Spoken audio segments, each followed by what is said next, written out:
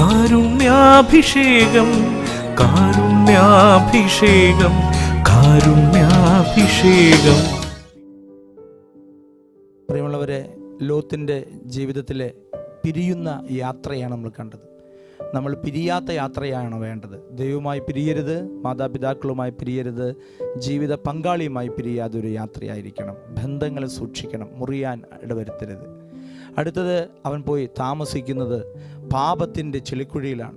പ്രിയമുള്ളവരെ, ഈ പാപത്തിൻ്റെ ചെളിക്കുഴി എന്ന് പറയുമ്പോൾ ആദ്യം വരുന്നത് ആരുടെ ചിത്രമാണെന്നറിയോ? പലപ്പോഴും ധൂർത്തപുത്രൻ അവൻ്റെ സമ്പത്ത് കിട്ടി, അവൻ ചെളിക്കുഴിയിലാണ്. അവൻ പോയത് നഗരങ്ങളിലേക്കാണ്. അവൻ്റെ വീട്ടിൽ നിന്ന് അവൻ ഇറങ്ങി പുറപ്പെട്ടു നഗരങ്ങളിലേക്ക്. കയ്യിൽ ഒരുപാട് സമ്പത്തുണ്ടായിരുന്നു. അവിടെ അവൻ ചെലവഴിച്ചു. പക്ഷെ നമ്മളത് അറിയുന്നത് എങ്ങനെയാണ്? സഹോദരനാണ് പറയുന്നത്, നിന്റെ മകൻ നിന്റെ സമ്പത്തെല്ലാം മദ്യപിച്ചും സ്ത്രീകളുമായി പാപം ചെയ്തും ഒക്കെ നശിപ്പിച്ചില്ലേ? കണ്ടു. അപ്പം അവൻ പോയ സ്ഥലം എവിടെയാണെന്ന് സഹോദരൻ പറയുകയാണ്. ഇവിടെ ലോത്ത് പോയത് എവിടെയാണ്? Sodom Gomorrah. എന്താണ് സോദോം ഗോമോറ?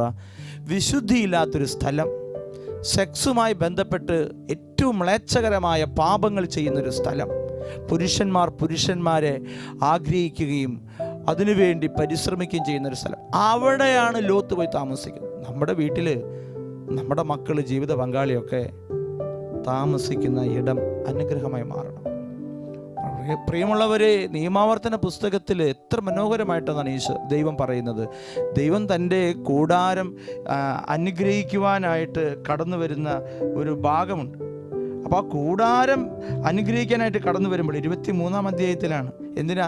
നമ്മളെ സംരക്ഷിക്കുവാൻ, ശത്രുക്കളെ ഏൽപ്പിച്ചു തരുവാനായി നിന്റെ ദൈവമായ കർത്താവ് പാളയത്തിലൂടെ സഞ്ചരിക്കുന്നുണ്ട്. ശുചിത്വമില്ലാത്ത ഒന്നും അവിടെ ഉണ്ടാകരുത്. എന്തെങ്കിലും നിങ്ങളുടെ ഇടയിൽ കണ്ടുപോയാൽ അവിടുന്ന് നിന്നിൽ നിന്നും അകന്നു പോകാതിരിക്കേണ്ടതിനായി പാളയം പരിശുദ്ധമായി സൂക്ഷിക്കണം. കണ്ടു.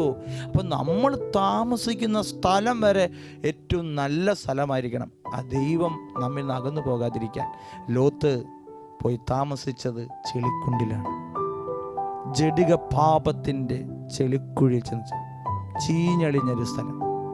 നമ്മൾ മക്കളെ ഫോൺ വിളിക്കുമ്പോൾ ചോദിക്കണം, മോനെ നീ എവിടെയാണ് താമസിക്കുന്നത്? നിൻ്റെ മുറിയിൽ ആരൊക്കെ താമസിക്കുന്നത്? കൂടെ ആരെയാണോ ഉള്ളത്? ചോദിക്കണം. പള്ളിയിലടുത്താണോ? പള്ളി പോകുന്നുണ്ടോ? പ്രിയമുള്ളവരെ, നാം താമസിക്കുന്ന ഇടം അനുഗ്രഹമായി മാറാൻ പ്രാർത്ഥിക്കണം.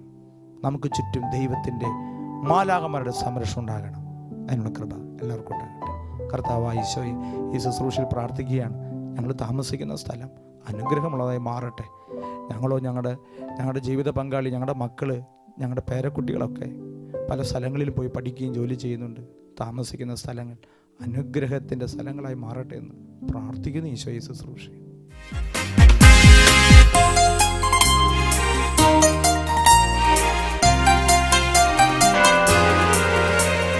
യേശു തൻ്റെ ജീവൻ കൊടുത്ത് എന്നെ അവൻ വീണ്ടെടുത്തു. തന്നെ രക്തം കൊടുത്ത് എന്നെ അവൻ സ്വന്തമെടുത്തു.